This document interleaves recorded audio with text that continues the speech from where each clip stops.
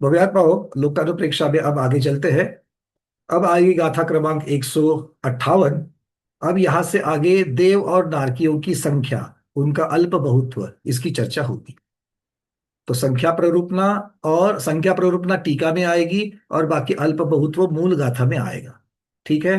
But ज्यादा यहाँ पर कॉम्प्लिकेशंस नहीं है, क्लिष्टता नहीं है। क्यों क्लिष्टता नहीं है?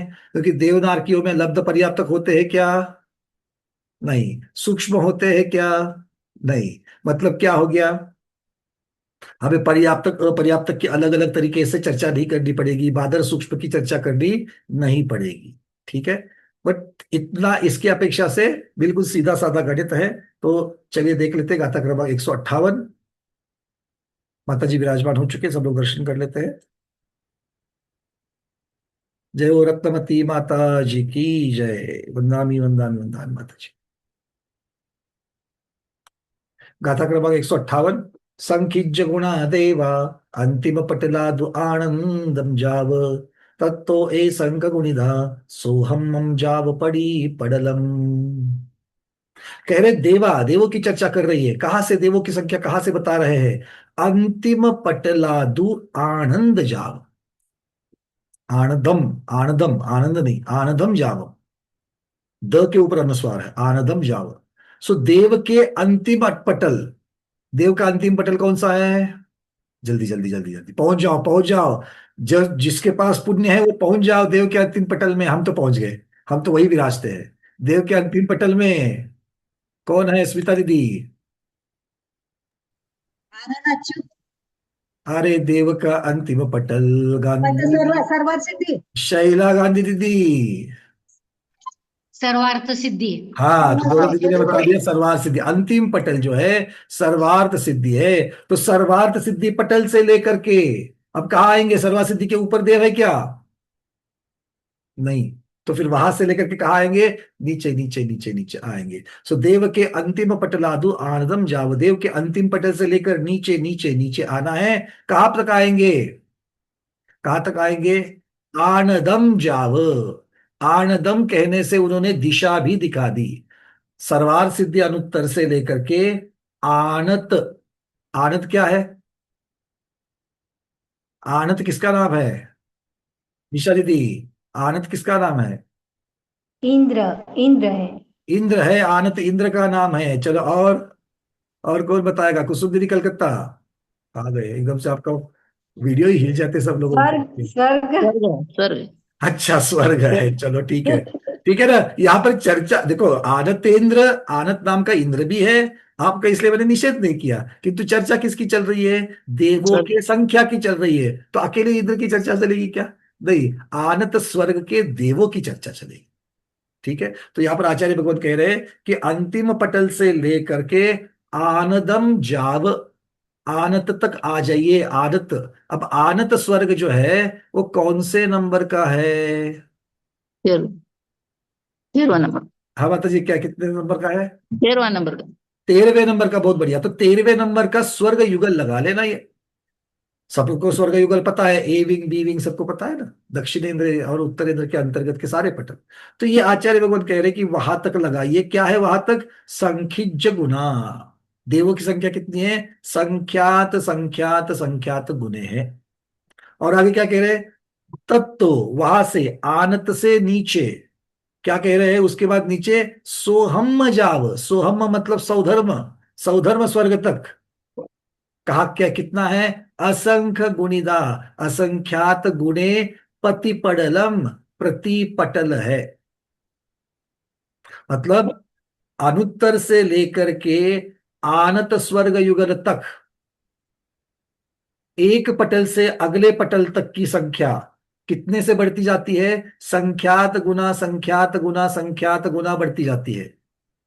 और वहां से नीचे सौधर्म स्वर्ग तक कैसी बढ़ती जाती है? संख्या। असंख्यात गुना असंख्यात गुना असंख्यात गुना प्रतिपटल बढ़ती जाती है।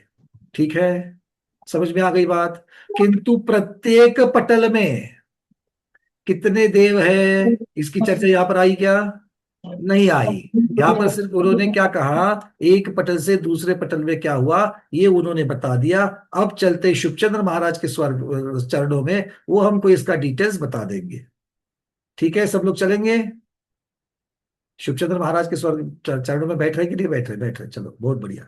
158 नंबर की गाथा, पहले उसकी संस्कृत छाया। संख्येय गुण देवा अंतिम पटलात् आणतम यावत् तथा असंख्य गुणितः सौधर्म यावत् प्रति पटलम। बड़ी सुंदर और सरल गाथा। क्या कह रहे हैं आगे देखो। अंतिम पटलात्, अंतिम पटलात्, अंतिम पटलात् अर्थात पंच अनुत्तर पटलात्। अब यहाँ पर शुभचंद्र स्वामी पंच अनुत्तर, पांचों भी अनुत्तर पटल का नाम ले रहे हैं क्योंकि पटल की चर्चा चल रही है।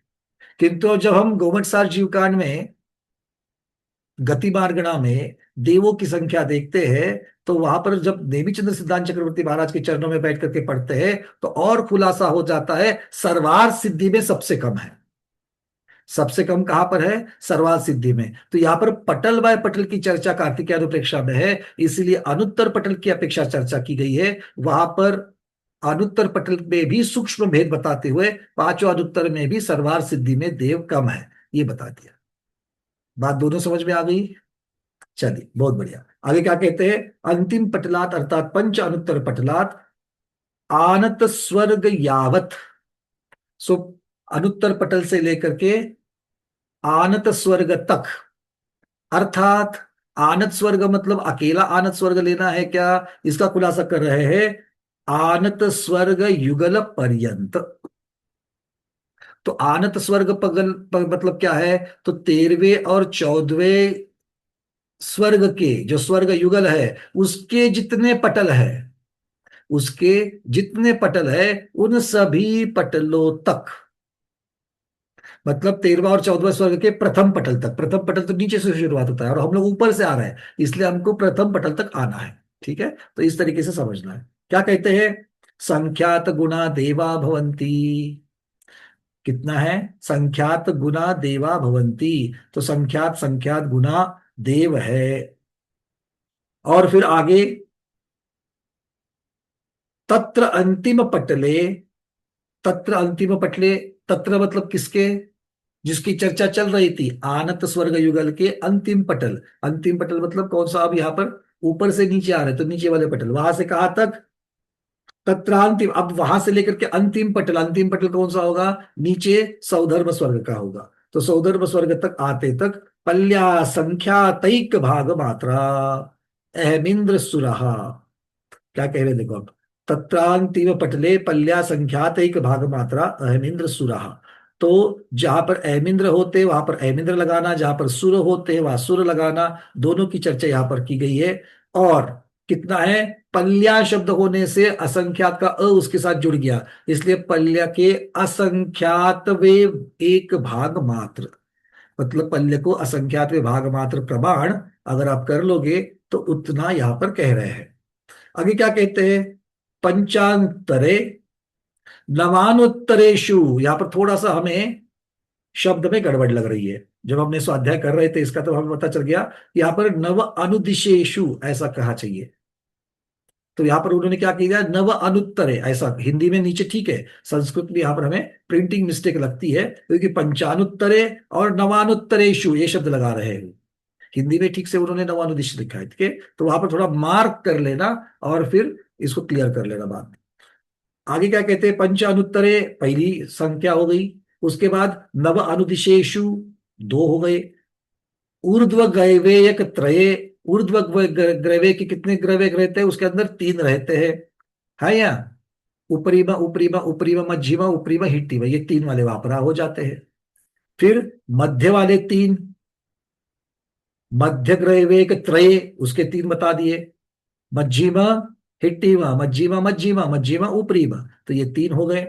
और उसके पश्चात अधो ग्रैवेयक त्रय। अधो ग्रैवेयक त्रय, तो अधो ग्रैवे के कौन से हो जाएंगे? हिट्टीमा हिट्टीमा हिट्टीमा मज्जिमा हिट्टीमा उपरीमा। ठीक है, ये तीन हो जाएंगे। उसके साथ अच्युत आरणयो। आरण अच्युत और आणत प्राणत, मतलब एक स्वर्ग युगल आरण अच्युत का और दूसरा आणत प्राणत का, सर्वत्र अर्थात सप्तसु स्थानेषु। ये 7 स्थान कौन से हो गए, समझ में आ गई बात?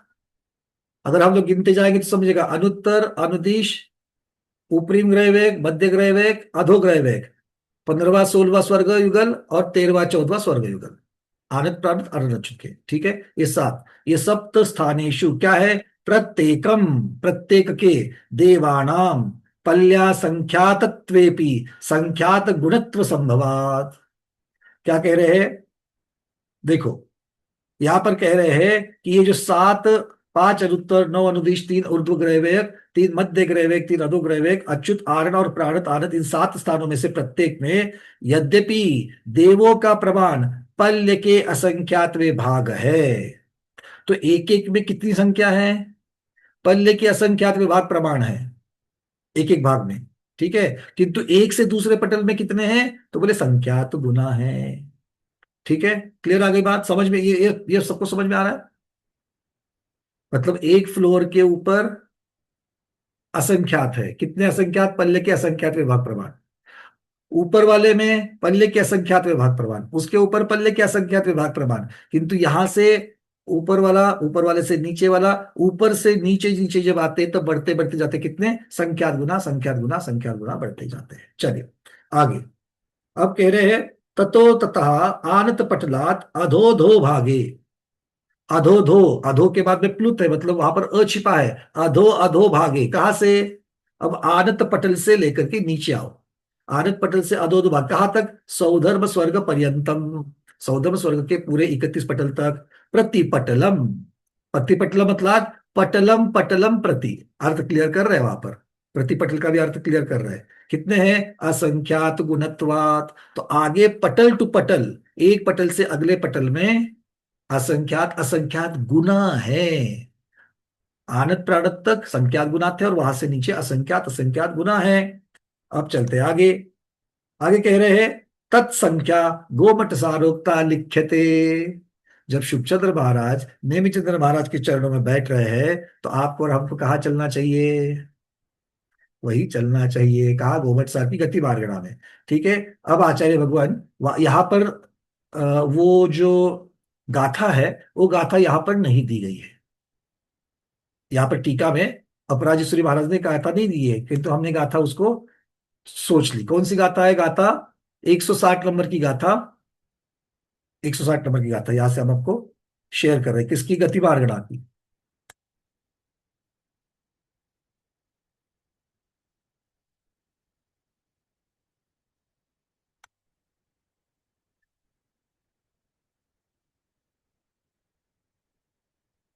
दिख रही है सबको अब?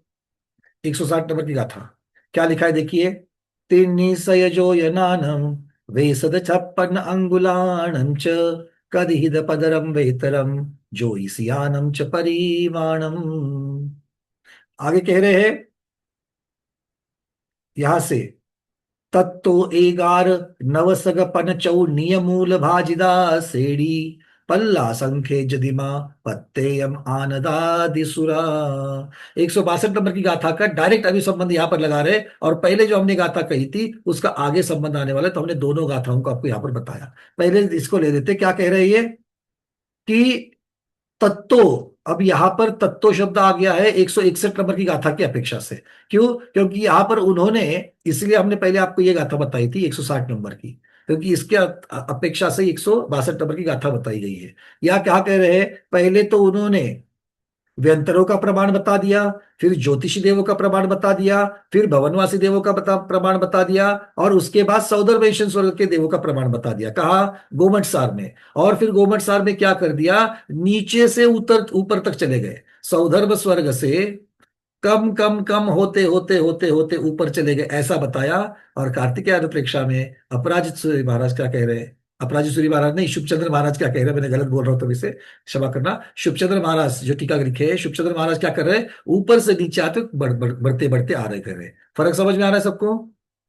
एक में विवक्षा ऊपर से नीचे आने की, एक में विवक्षा नीचे से ऊपर जाने की, तो फिर भी संख्या में कोई फर्क नहीं पड़ेगा। अब क्या कह रहे हैं वो देखो यहां पर, अब चलते हैं हम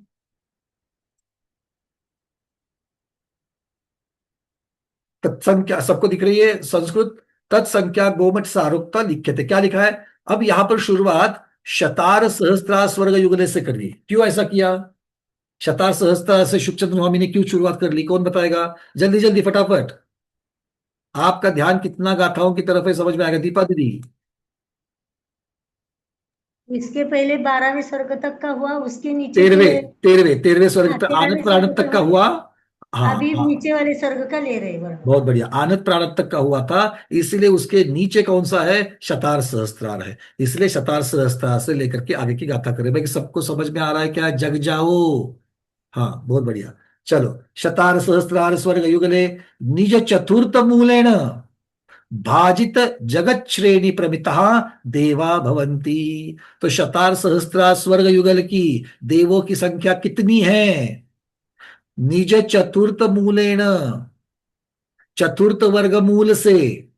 किसके? निज के ही। निज के मतलब किसके?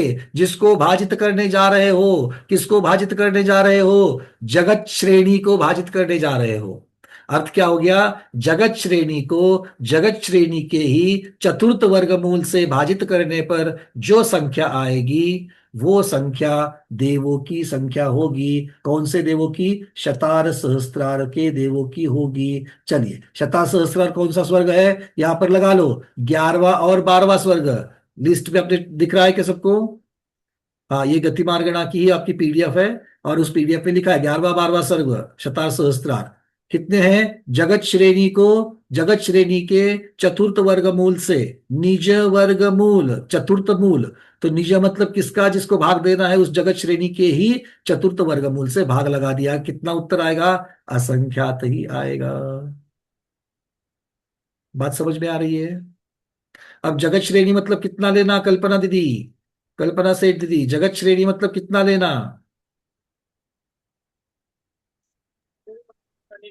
जगत श्रेणी का एक श्रेणी लेनी खाली। हाँ, मतलब एक लंबाई। श्रेणी का अर्थ क्या होता है? उसमें कितनी संख्या आती है?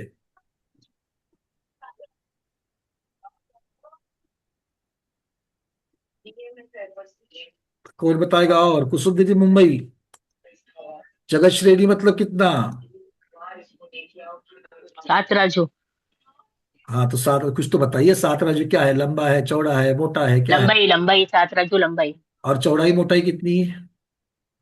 चौड़ाई भी 7 राजू है, मोटाई भी सब 7 राजू है। वो तो जगत घन हो जाएगा, जगत तो प्रसन्न हो ये जाएगा। तो फिर लोक हो गया, ये जगत श्रेणी थोड़ी हो गई। ये तो लोक हो गया। तो जगत श्रेणी जो 7 राजू हुई ना। तो जगत श्रेणी सात राज्य की तो आप तीनों डायमेंशन में बता रही दीदी। नहीं, मैं एक ही बता रही हूँ, जगत श्रेणी की लंबाई। हाँ तो फिर चौड़ाई मोटाई कितनी वो भी बता दो। श्रेणी की चौड़ाई कितनी, श्रेणी की मोटाई कितनी? 1 राजू। कैसे होगा? स्नेहा केड़कर दीदी बोलिए, अनम्यूट करिए। हाँ, श्रेणी में केवल पंक्ति होती है। श्रेणी में चौड़ाई और या घन नहीं होता, सिर्फ पंक्ति होती है एक ही। चलो, घन नहीं होता, एक ही पंक्ति होती है, ये भी ठीक बात हो गई। किंतु क्या चौड़ाई और मोटाई पूछी जाएगी जगत श्रेणी की तो कितनी बताएंगे? जगत श्रेणी इंटू जगत श्रेणी इंटू जगत श्रेणी। ये तो गलत हो जाएगा, ये तो घन हो जाएगा कुसुम दीदी। तो घन हो प्रमोद जाएगा। जी, प्रमोद जी बताइए। बाकी सब लोग शांत हो अच्छा, जाइए।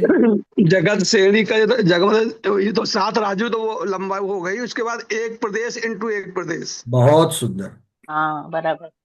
क्योंकि ये एक आकाश के प्रदेश की पंक्ति है, तो आकाश के प्रदेश को एक दिशा में तो आपने बता दिया। सात, क्योंकि संख्या में जब लेना है तब 7 राजू लंबी जगत श्रेणी में कितने आकाश के प्रदेश होते हैं वो संख्या जगत श्रेणी की संख्या मानी जाएगी। किंतु जब मैं पूछ रहा हूं कि जगत श्रेणी को मोटाई चौड़ाई, तो फिर आपको एक प्रदेश की अपेक्षा से बताना है। सबको क्लियर है? चलिए आगे। तो इस प्रकार से ये जगत श्रेणी की संख्या होती है और उसी को जगत श्रेणी के चतुर्थ वर्गमूल से भाजित करने पर असंख्यात आ जाएगा। तो कितने संख्या हो गई अरविंद जी? असंख्यात ही आएंगे। ठीक है, ये 11वें 12वें के हो गए। अब चलते आगे। अब आगे क्या कह दिया उन्होंने? तो ये यहां पर जो बात बताई गई है किसके, अब इसके ऊपर बाद में आते हैं, पहले शिवचंद्र महाराज को यहां पर संपन्न करते। शता सहस्त्र स्वर्ग युगल बता दिया। फिर आगे क्या कह दिया? ततः शुक्र महाशुक्र स्वर्ग युगले। अब ये कौन सा स्वर्ग युगल हो जाएगा?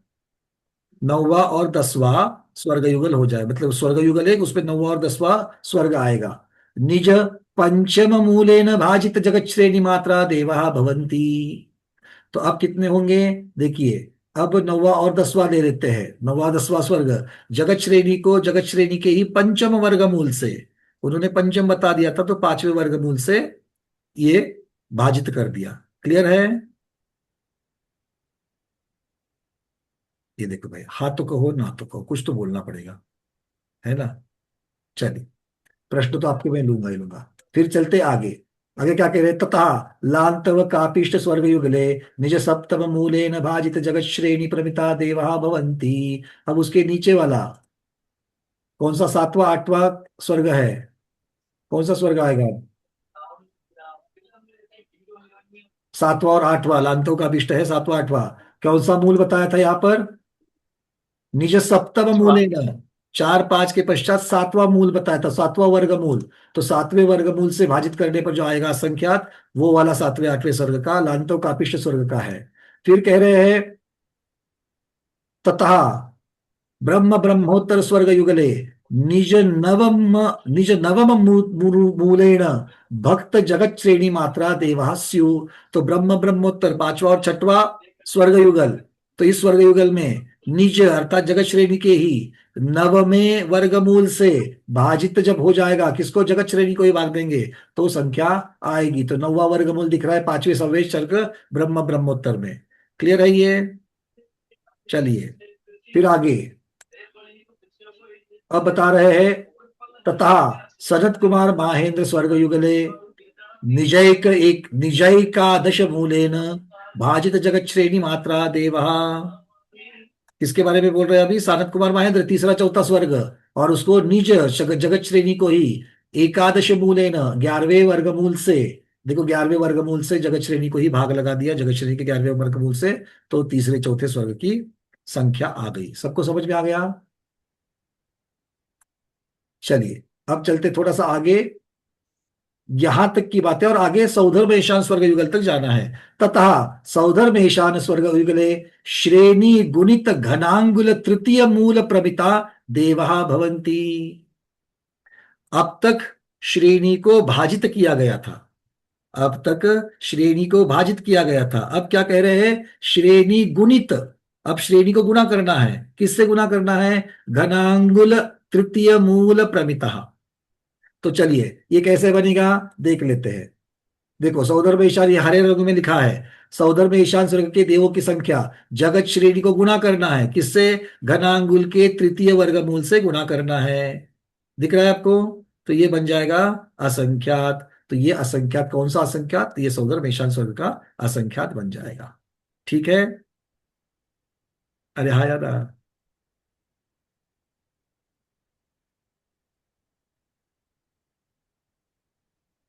प्रतिमा योगधारी सभी स्वाध्यायियों कुछ तो बोलो। हाँ, समझा नहीं समझा? वो तृतीय वर्गमूल चतुर्थ वर्गमूल क्या है, वो गणित की भाषा, वो बाद में समझाएंगे। पहले जो लिखा है, जो संस्कृत लिखा है, वो सामने चार्ट में दिख रहा है क्या? इतनी सी बात है, दिख रहा है। ठीक है? हाँ, क्योंकि अपने पास जो है वो आगम है कि नहीं, ये पहले खत्म कर लो इसके बाद फिर आगे बढ़ते हैं। ठीक है? अब यहां पर हमको देखना है कि आचार्य भगवंतों ने किस प्रकार से यहां पर लिखा। ततो एगार नव सग पन चौ नियमूल भाजिदा सेड़ी पल्ला संके जिदिबा पत्तयम आनदादि सुरा। वो कह रहे हैं आनद आदि सुर से लेकर नीचे, आनद आदि, आनद मतलब आनद प्राणत 13वां 14वां, यहां से नीचे लगा लो, क्योंकि आनंद प्राणत तक चर्चा हो गई। कितना है आनंद प्राणत तक के? कितने हैं आनंद प्राणत का? आनंद प्राणत का उन्होंने कह दिया पल्ला संख्य जिदिमा पत्तेयम, मतलब पल्ले के असंख्यात विभाग प्रमाण। देखो यहां पर 13वें स्वर्ग से लेकर 16वां स्वर्ग, आनत प्राणत आरण अच्युत हो गया, उसके बाद नवग्रह वेग भी आ गए, नव अनुदिश भी आ गए, और 4 अनुत्तर आ गए जहां पर सर्वार सिद्धि को नहीं लिया है। यहां तक के देव, यहां तक के देवों में कितना है? पल्ले के असंख्यात विभाग प्रमाण, सीधी सीधी गाथा में बता दिया। कहा बता दिया? गोबट साजीव कांड में। उसकी अपेक्षा से समझ रहे हैं अभी हम। ठीक है? तो इन्होंने संक्षेप से वहां पर बता दिया था 5 अनुत्तर से लेकर के, किंतु यहां पर सिद्धांत चक्रवर्ती देवीचंद्र महाराज ने सर्वार्थ सिद्धि अनुत्तर को अलग निकाला। क्यों? उसके लिए वो अलग से गाथा देने वाले हैं। आगे 163 नंबर की गाथा उन्होंने उसके लिए रखी है। तो 162 में क्या बता दिया? तत्तो मतलब आनत प्राणत से लेकर आनत प्राणत तक पल्ले के असंख्यात विभाग प्रमाण, और वहां से नीचे क्या है? एगार अर्थात 11वां, नव मतलब 9वां, सग मतलब 7वां, पन मतलब 5वां, चौ मतलब चौथा, क्या है? निज मूल। निज मूल मतलब उसी का वर्गमूल, उसी का मतलब किसी का, जगत श्रेणी, श्रेणी मतलब जगत श्रेणी। क्या करना है? उसी के वर्गमूल से जगत श्रेणी को भाजित भाजित करना है। ठीक है, तो यहां पर भी वही गाता है, सिर्फ क्या किया उन्होंने? ऊपर से नीचे तक आ गए और हम लोग नीचे से ऊपर तक चले जा रहे हैं। चलिए, बस ये 11वां वर्गमूल, यहां से शुरुआत, तीसरा चौथा स्वर्ग, फिर 9वां वर्गमूल, 7वां वर्गमूल, 5वां वर्गमूल, चौथा वर्गमूल, यहां तक ये चर्चा हो गई। अब इसके बचा कौन था? सर्वार्थ सिद्धि बचा हुआ है। अब देखते हैं शुभचंद्र महाराज ने यहाँ पर कुछ लिखा है क्या सर्वार्थ सिद्धि के लिए? हाँ, यहाँ पर पहले लिखा है, घनांगुल तृतीय मूलेन गुणित जगत श्रेणी मात्रा देवः सौधर्मेशान उत्कृष्टेन भवन्तीत्यर्थः। तो पहले जो उन्होंने कहा था कि सौधर्म ईशान स्वर्ग युगले श्रेणी गुणित घनांगुल तृतीय मूल प्रमिता देवा भवंती, इतने देव होते हैं। तो प्रश्न पूछा गया, भगवान इतने देव हमेशा होते हैं क्या? सौधर्म ईशान स्वर्ग में या ऊपर से सारी आपने जो चीजें बताई है, क्या इतने देव हमेशा विद्यमान होते हैं क्या स्वर्ग युगलों में? तो आचार्य भगवान कह रहे हैं, क्या कह रहे हैं? घनांगुल तृतीय मूले न गुणित जगत श्रेणी मात्रा देवा, ये सौदर मेशान आदि की उत्कृष्टेन भवंतीत्यर्थ, ये ज्यादा से ज्यादा होने वाले देवों की संख्या है। इसको देवों की संख्या कभी क्रॉस नहीं करती है, उसका उल्लंघन नहीं करती। आ गई बात समझ में? तो ये सारी संख्याएं जो अब तक आपको बताई गई थी, जो असंख्यात में है, वो उस पटल की उत्कृष्ट संख्या है। अब एक बार सर्वार्थ सिद्धि का भी देख लेते हैं, आचार्य भगवान यहां पर क्या कह रहे हैं, क्योंकि इसकी टीका शुभचंद्र महाराज ने तो करी है यहां पर सर्वार्थ सिद्धि के बारे में, किंतु हिंदी में उसकी भाषा में टीका पंडित जी ने नहीं करी है। अब क्यों नहीं करी हमें नहीं मालूम, किंतु नहीं करी है, हमने देखा पर उन्होंने नहीं लिखा है। तो हमने यहां पर क्या लिखा है? सर्वार्थ सिद्धि जाहम इंद्र त्रिगुण। सर्वार्थ सिद्धि के अहमिंद्र देव 3 गुना होते हैं। अच्छा, 3 गुना? भगवान किसके 3 गुना? ऊपर से नीचे तो बढ़ते बढ़ते बढ़ते बढ़ते जा गए, मतलब सर्वार्थ सिद्धि में सबसे कम है, और आप कह रहे कि सर्वार्थ सिद्धि के देवों के अहमिंद्रों की संख्या 3 गुना है। तो जरा खुलासा करिए किससे 3 गुना? तो फिर आगे कहते 3 गुना सत्त गुना वासवट्ठा मानुषी पमाण दो। मानुषियों की संख्या जितनी होती है उससे 3 गुना अथवा 7 गुना, ऐसा लगा लेना। ठीक है, अब इसके लिए सिद्धांत चक्रवर्ती नेमिचंद्र महाराज क्या कहते हैं? क्योंकि यहां पर तो 2 चीजें आ गई, या तो 3 गुना या तो 7 गुना। समझ में आ रही बात? कि मानुषिनियों की जो संख्या है, मानुष्या मतलब कौन है? यहाँ पर की जो भाव स्त्रियां है, वो भाव स्त्रियों की अपेक्षा से जब देखा जाएगा, तो भाव स्त्री की अपेक्षा जो मानुषिनी है, वो मानुषिनी के 3 गुना सर्वार्थ सिद्धि के देव है। सर्वार्थ सिद्धि के देव कितने हैं? 3 गुना है। भाव वासना करनी है अभी तो, इसको तो पहले रजिस्टर कर लो, पहले इसको तो ग्रहण कर लो कि 3 गुना है। तो ये 3 गुना के बारे में आचार्य भगवान यहाँ पर गाथा क्रमांक 163 में हमको बता रहे हैं। पहले भाग में क्या लिख रहे हैं? तिगुना सत्त गुना वा संवट्ठा मानुषी पमाणा दो। तो मानुषियों के तिगुना, ये तिगुनों का प्रमाण कहां पर आ गया है? धवला जी की पुस्तक क्रमांक 3 पृष्ठ क्रमांक 286। गौला जी की पुस्तक क्रमांक 3 पृष्ठ क्रमांक 286, यहां पर आचार्य महाराज ने मानुषियों से 3 गुना सर्वार्थ सिद्धि में होते ऐसा लिखा है, और अन्य आचार्यों के द्वारा 7 गुना कहा दिया, मानुषियों से 7 गुना कह दिया। ठीक है, तो इस प्रकार से सर्वार्थ सिद्धि के देवों का प्रमाण हो गया। चलिए, आचार्य मुनिश्री भगवान यहाँ पर विराजमान हो रहे हैं, तो हम लोग उनके दर्शन भी कर लेते हैं। जय प्रज्ञा श्रवण मुनिश्री अमित सागर जी गुरुदेव की जय। नमोस्तु नमोस्तु नमोस्तु आचार्य भगवान, नमोस्तु भगवान। चलिए, तो सबको बातें समझ में आ रही है, ये क्लियर हो रहा है? तो हम लोगों ने क्या क्या देखा? तो अनुत्तर से लेकर के सर्वार्थ सिद्धि को छोड़ दो। सर्वार्थ सिद्धि की संख्या कितनी है देवों की? मानुषियों से 3 गुना ज्यादा है। उसके पश्चात 3 गुना या 7 गुना, जो भी दो आचार्यों के मत है, ठीक है, संकलन करके चलेंगे अभी। उसके पश्चात वो क्या कह रहे हैं? उसके पश्चात कह रहे हैं कि अब बचे हुए 4 अनुत्तर, वो 4 अनुत्तर से लेकर के आगे तक के, कहाँ तक के? आनत प्राणत तक के प्रत्येक पटल में कितने हैं? कितने हैं? पल्ल के असंख्यात भाग प्रमाण। ये पटल के देवों की संख्या है, एक विमान के देव की संख्या नहीं है, इसको समझना। सर्वार्थ सिद्धि में अनुत्तरों में, पंच अनुत्तरों में सर्वार्थ सिद्धि को छोड़ करके एक पटल में कितने विमान हैं? अनुत्तर के पटल में सर्वार्थ सिद्धि को छोड़ करके कितने विमान हैं? वास्तुपाल जी, अनम्यूट किया है।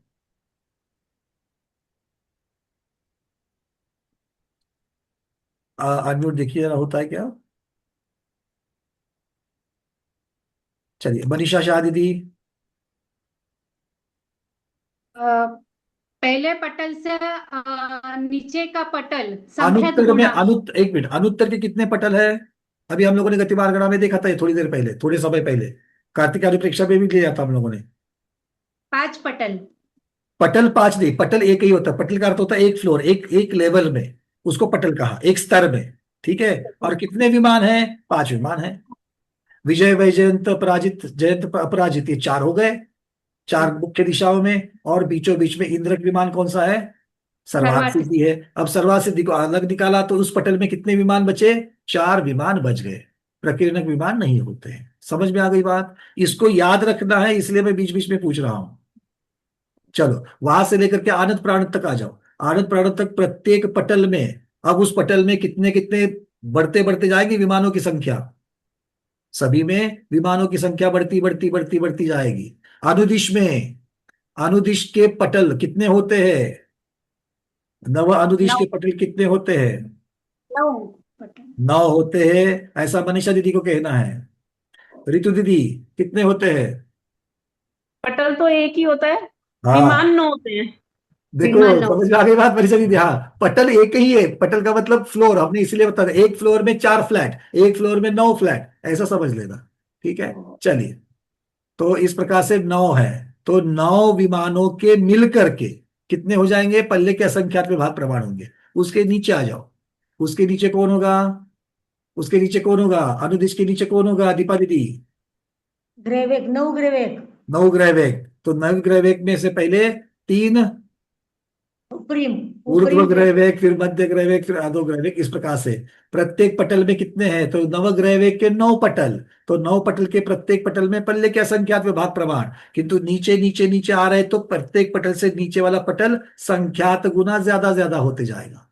ठीक है। तो ये भाव वासना करते करते आ रहा है कहां तक? 13वें 14 स्वर्ग युगल तक। वहां से नीचे, वहां से नीचे कितने हैं देव? तो वो प्रत्येक देव की संख्या बता दी उन्होंने, कितने हैं। तो वहां पर जगत श्रेणी, जगत श्रेणी में जितने आकाश प्रदेशों की संख्या होती है, उसी को जगत श्रेणी के ही 11वें वर्गमूल से, 9वें वर्गमूल से, 7वें वर्गमूल से, 5वें वर्गमूल से और चौथे वर्गमूल से अगर अलग अलग अलग आप उसको करेंगे तो क्या होगा? उन उन देवों की संख्या आएगी। जब जगत श्रेणी को, जगत श्रेणी ऊपर तो उतनी ही रह रही है, और भाजित करने वाले की संख्या जब बढ़ती बढ़ती बढ़ती जाएगी, तब देवों की संख्या कम क्या हो होगी क्या गया बढ़ती जाएगी? है? देवों की संख्या कम होगी क्या बढ़ती जाएगी? अरविंद जी, बढ़ती जाएगी, बढ़ती बढ़ेगी। जाएगी। अरविंद जी, बढ़ती जाएगी। बढ़ती जाएगी। क्यों? क्योंकि भाजित करने वाली संख्या जो है वो बदलती जा रही है। तो इसीलिए अगर आप देखेंगे तो ऊपर से नीचे नीचे जब आ रहे हैं तो देवों की संख्या बढ़ती बढ़ती बढ़ती जा रही है। चलिए, बहुत बढ़िया। क्योंकि देखो, चौथा वर्गमूल और 11वां वर्गमूल, तो चौथा वर्गमूल मतलब और हीन हीन करना है। 4 से 11 में जब 11वां वर्गमूल निकालेंगे तो और भी हीन करेंगे।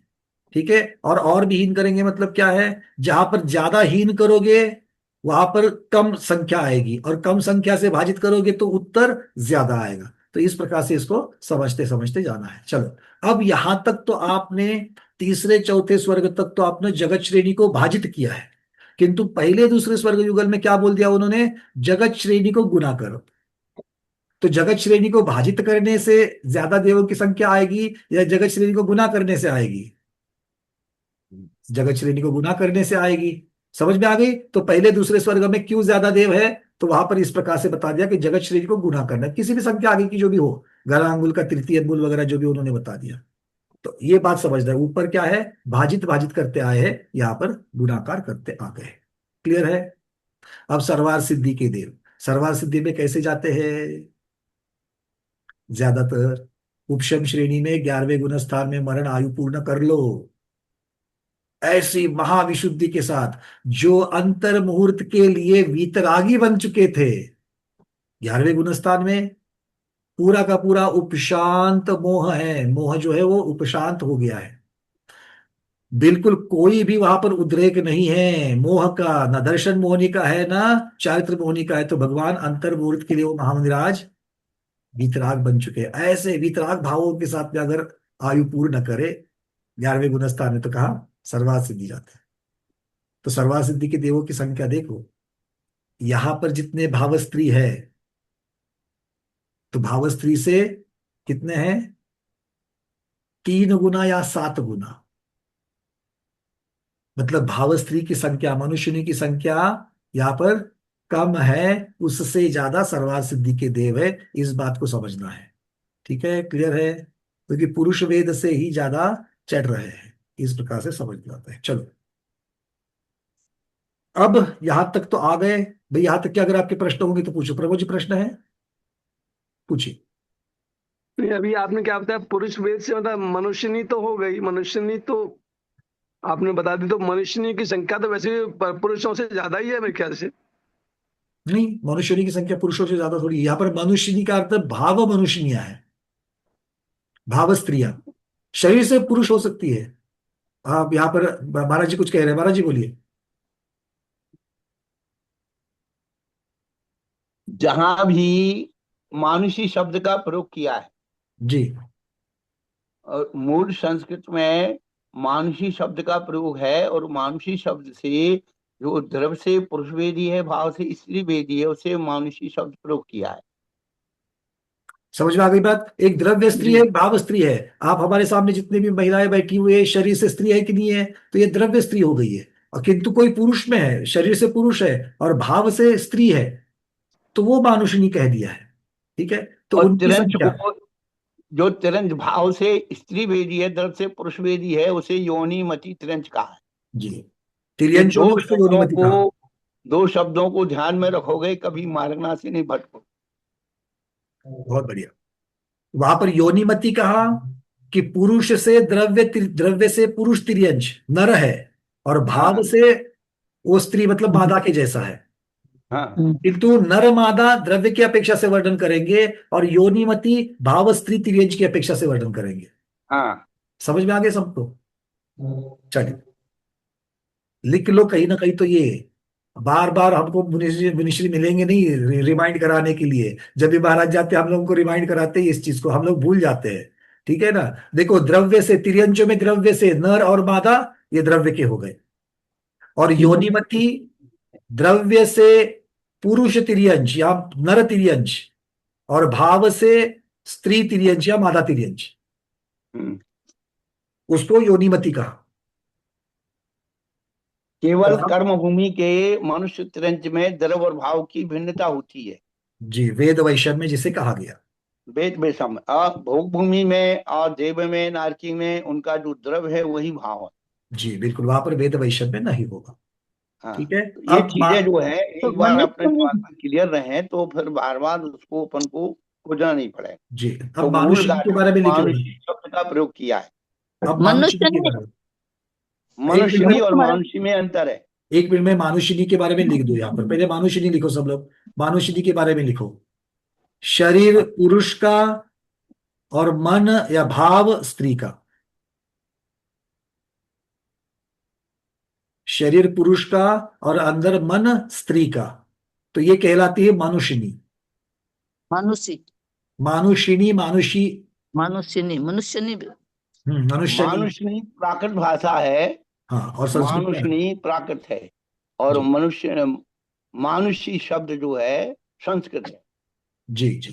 तो नमस्ते महाराज जी, इसमें भी बोलिए। थोड़ा एक भाषा प्रश्न का है जो है हमारा। ना मानुषी और मानुषिनी। माता जी कुछ पूछ रही गुरुदेव, बोलिए माता जी।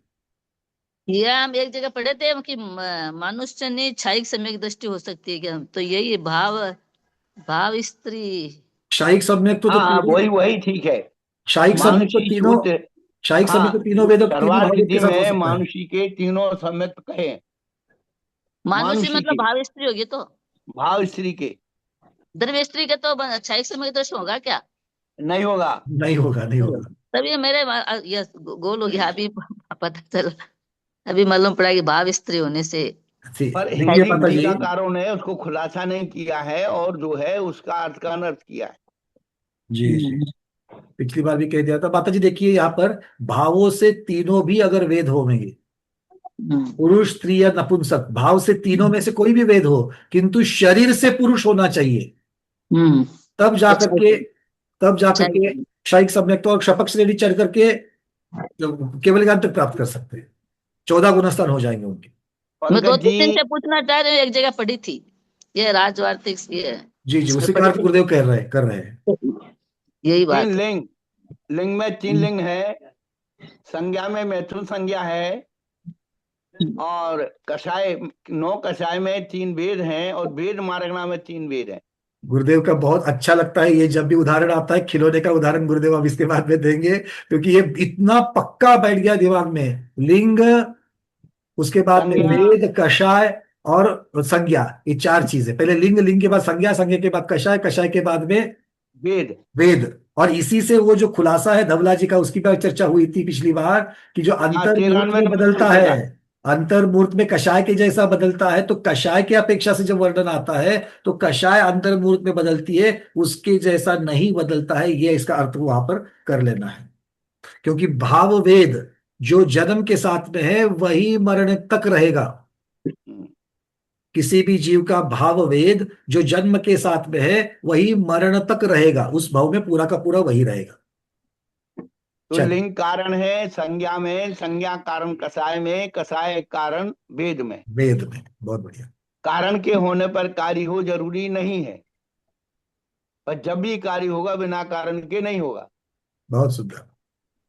लिंग कारण संज्ञा में, संज्ञा हाँ, कारण, संज्ञा संज्ञा कारण कषाय कारण वेद में, में, कषाय में, और कषाय कारण वेद में। कषाय कारण वेद वेद में। में।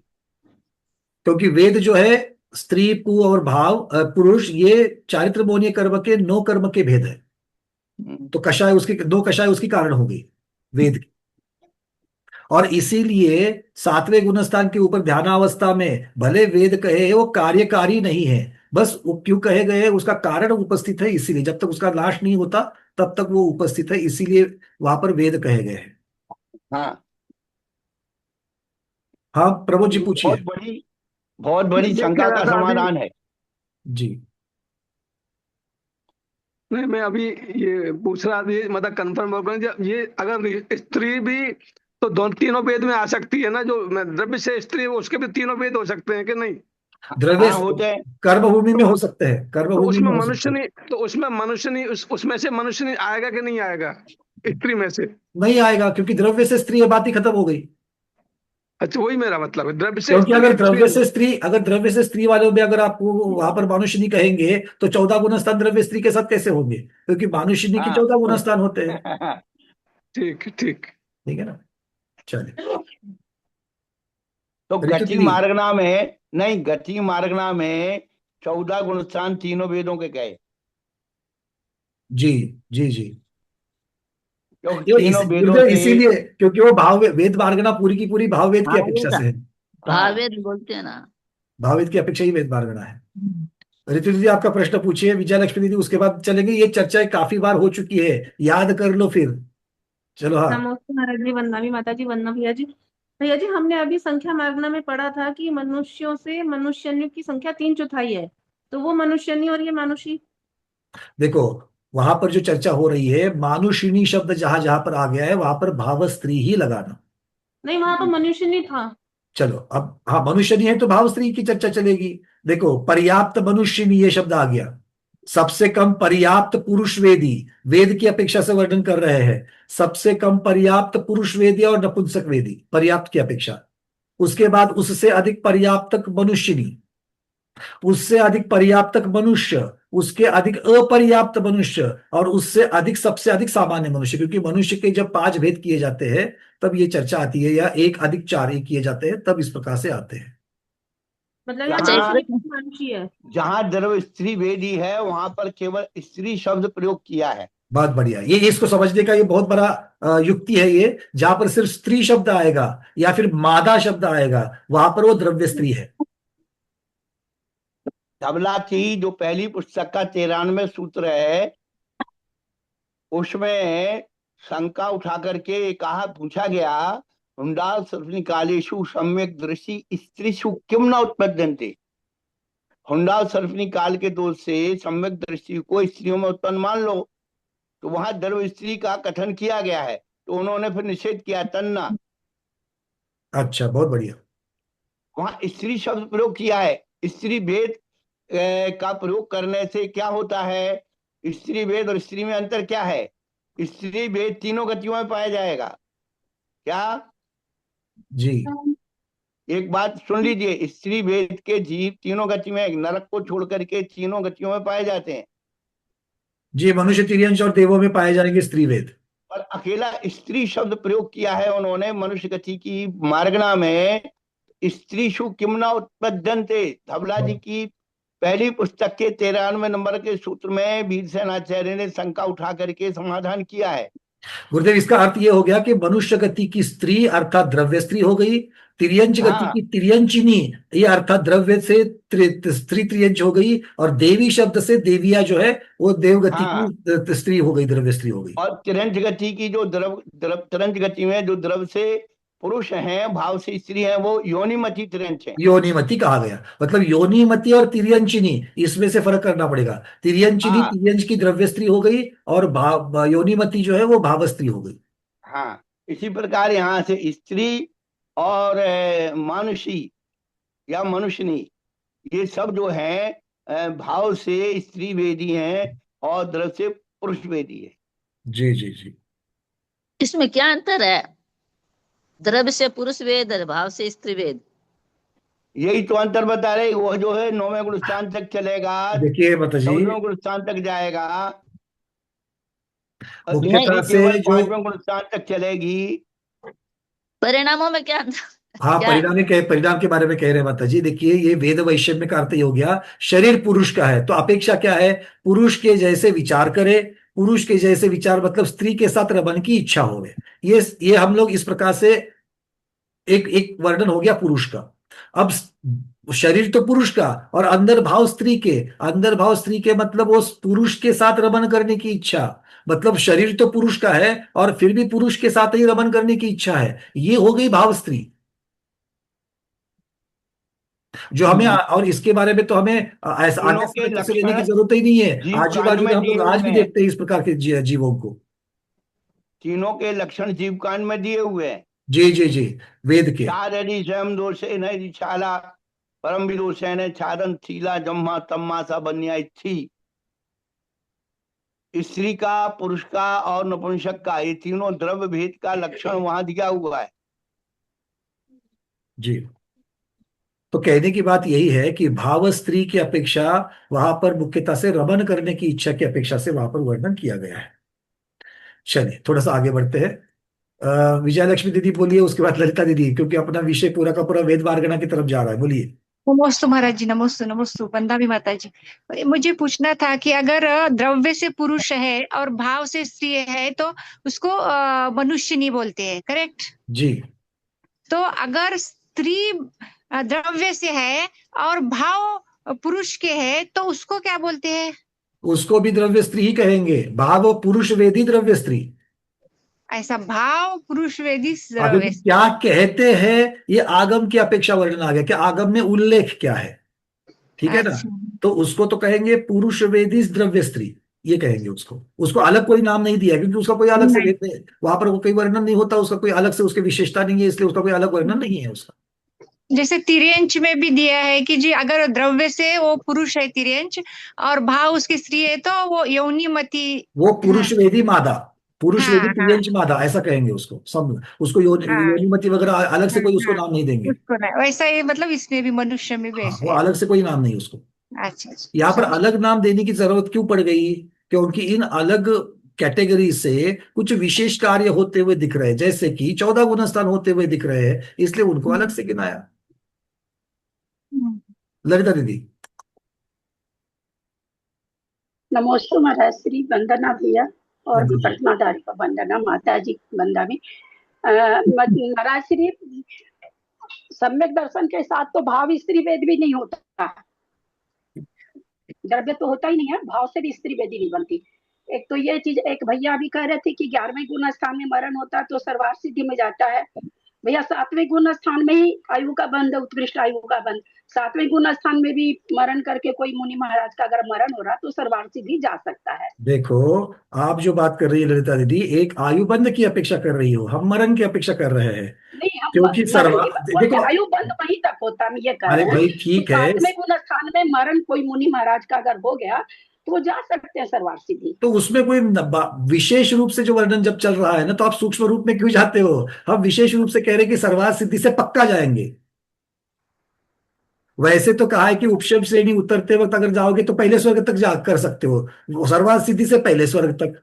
तो ये भी कहा उन्होंने। अब वहां पर लेशा महत्वपूर्ण है। अब 11वें गुणस्थान में शुक्ल लेशा के साथ ही जाएंगे, 8वें के ऊपर है। अब 11वें गुणस्थान में आयु बंध नहीं है, तो जब 11वें गुणस्थान की चर्चा करेगी तो आयु बंध की चर्चा नहीं चलेगी, सिर्फ मरण की चर्चा चलेगी। तो इसीलिए अब जो 11वें गुणस्थान में मरण करके जाते हैं वो भी सर्वार सिद्धि की आयु जो बांध रहे हैं, वो सर्वार सिद्धि की आयु वो 7वें गुणस्थान के सम्मुख जब है तब भी बांध रहे हैं। उसके बाद उसके सिवा तो देव के उत्कृष्ट आयु बंध ही नहीं सकती है ना? बंद ही नहीं सकते, तो हम आयु बंध से नहीं बता रहे, मरण से बता रहे कि मरण 7वें में भी हो तो हाँ, सर्वार तो मरण 7वें में भी हो, उत्कृष्ट आयु बांधी है, सम्मुख है, 7वें में है और वहां से मरे तो भी जा सकते हैं। किंतु 7वें में से जब करेंगे तो जा सकते हैं, नहीं जा सकते, दोनों पॉसिबिलिटी है। सर्वार सिद्धि से करेंगे तो जाएंगे ही जाएंगे, 11वें गुणस्थान में करेंगे तो जाएंगे ही जाएंगे। इसीलिए 11वें गुणस्थान का महत्वपूर्णता से बताते हैं। प्रधान वर्णन सर्वार सिद्धि में जाने के लिए 11वें गुणस्थान का क्यों किया? क्योंकि 11वें गुणस्थान में मरण करेंगे तो नियम से वहां पर जाएंगे ही जाएंगे, ये इस प्रकार से कहते हैं। क्योंकि हमें यह भी नहीं भूलना है कि अपकर्ष काल जो है वो अंत तक, मतलब कहाँ तक, जो अंतिम आपके जो क्या नाम है उसका, अद्धा एक शब्द आता है तो उसके लिए कि इससे इससे इससे इससे ज्यादा की आयु की आबादा नहीं हो सकती है। असंक्षेपाधा। तो ये असंक्षेपाधा के तब तक तो आपके आयु की जो अपकर्ष काल बन रहे हैं, अगर पहले भी आयु बंधी है तो आपकी, क्योंकि अपकर्ष काल में आपकी आयु की सुधारणा हो सकती है, आयु की आपके उत्कर्षण हो सकता है। तो इसीलिए अगर कोई अपकर्ष काल 6ठे 7वें गुणस्थान में बांधा है और आगे चल करके भी गुरु सर्वार सिद्धि जो 11वें गुणस्थान में जो है वहां पर अपकर्ष काल उसको मिल रहे हैं, तो वो तो उस भावों के साथ में तो उसकी आयु का अपकर्ष काल अंत में, देखो मरण वहां पर है तो मरण है तो अपकर्ष काल भी वहां पर उनको मिलना ही मिलना है, अंतिम वाला तो कम से कम।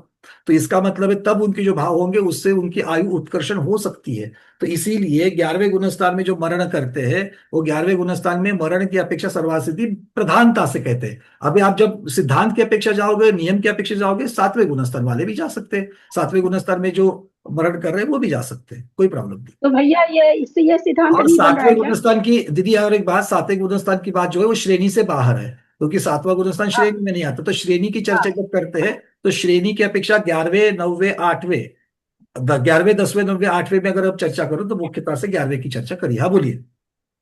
नहीं, जैसे मैं कर रही थी तब तो आपसे आपके इस कथन से ये सिद्धांत बन गया कि 11वां गुण स्थान अगर कोई मान रहा और मरण अगर हो रहा है तो उसी का मरण होगा जो सर्वार सिद्धि की आयु बांधा है।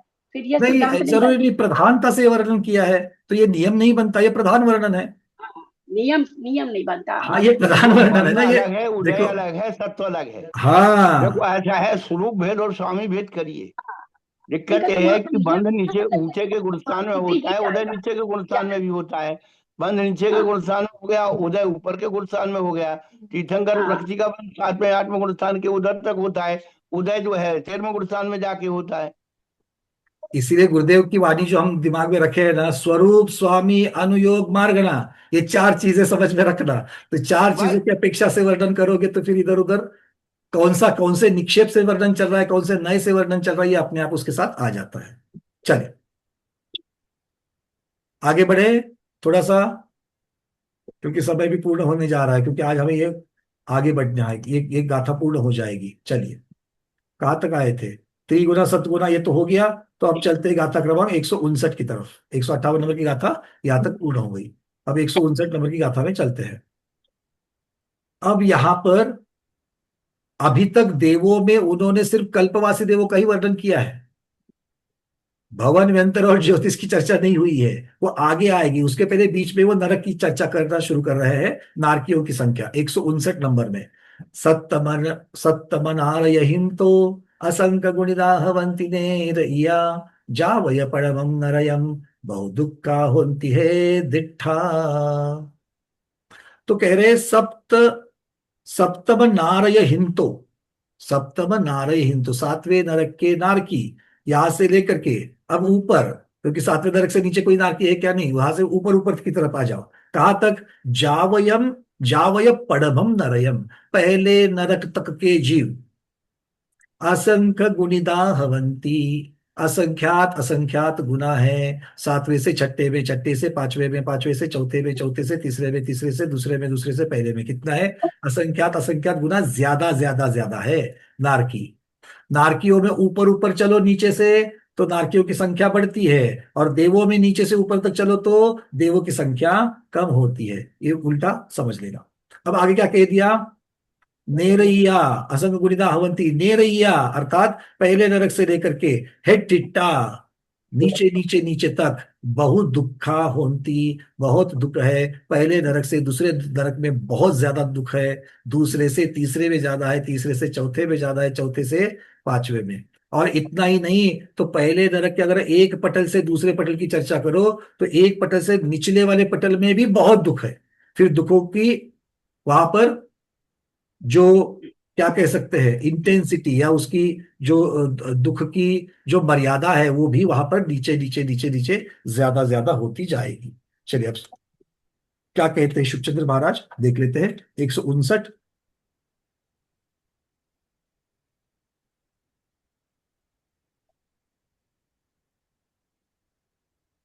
पहले गाथा की संस्कृत छाया। सप्तमनारकेभ्यः असंख्य गुणिता भवन्ति नैरैकः यावच्च प्रथमं नरकं बहु दुःखा भवन्ति अधोदः। सप्तम नरकात, सप्तम नरक कौन सा है बता रहे आगे। सप्तम नरकात अर्थात तमस्तम महा तमस तमस्तम महा तम तमस्तम प्रभा माधवी नाम रहा सकाशात उपर्युपरि नारकः यावत् प्रथम नरकम रत्न प्रभा धर्माणाम प्रथम नरक पर्यंतम। तो सातवें से लेकर के पहले तक, मतलब महातम प्रभा नाम की पृथ्वी, क्या जो माघवी नाम का नरक है, वहां से लेकर के प्रथम नरक अर्थात रत्न प्रभा पृथ्वी के धर्मा नाम के प्रथम नरक पर्यंत। तो हमने देखा था पृथ्वी के नाम अलग और नरकों के नाम अलग। ऐसा क्यों? क्योंकि पृथ्वियां बहुत बड़ी बड़ी है और उस पृथ्वी के कुछ भाग में नरक है। पृथ्वियां 7-7 राजू लंबी है और उसके अंदर सिर्फ एक राजू वाला बीच वाला त्रसदारी वाला भाग है, उतने में ही नारकी है। और वो भी ये हो गया लंबाई में। अब ऊपर से नीचे तक अगर हम देखेंगे तो 1000 योजन मोटाई में से 1000 योजन ऊपर से और 1000 योजन नीचे से, ये 2000 योजन निकाल दो तो बीच वाले भाग में ही वहां पर नारकी सब जगह पर है। चलिए आगे बढ़ते हैं। आगे कह रहे हैं ये यहां तक क्या है? असंख्यात गुणिता नारकः भवन्ति, असंख्यात असंख्यात गुना ये नारकी होते हैं। सप्तमे माधवी नामनि नरके नारकः सर्वस्तोकः, सातवें माधवी नाम के नरक में सर्वस्तोक मतलब सबसे कम नारकी है, सबसे कम नारकी है। फिर कितने हैं वो? श्रेण्य संख्येय भाग प्रमिता निज द्वितीय वर्ग मूल भक्त जगत श्रेणी मात्रा नारकः भवन्ति। तो सातवें नरक के जो नारकी है उनकी संख्या यहां पर बताई जा रही है। तो हम लोग चलते फिर से, कहा नेमीचंद्र महाराज के चरणों में, वहां पर ये वाला चार्ट बना हुआ है, तो ये चार्ट आपको दिखा देते हैं। ये चार्ट मैं इसलिए दिखा रहा हूं, हाँ 1 मिनट हम लोग होल्ड करेंगे।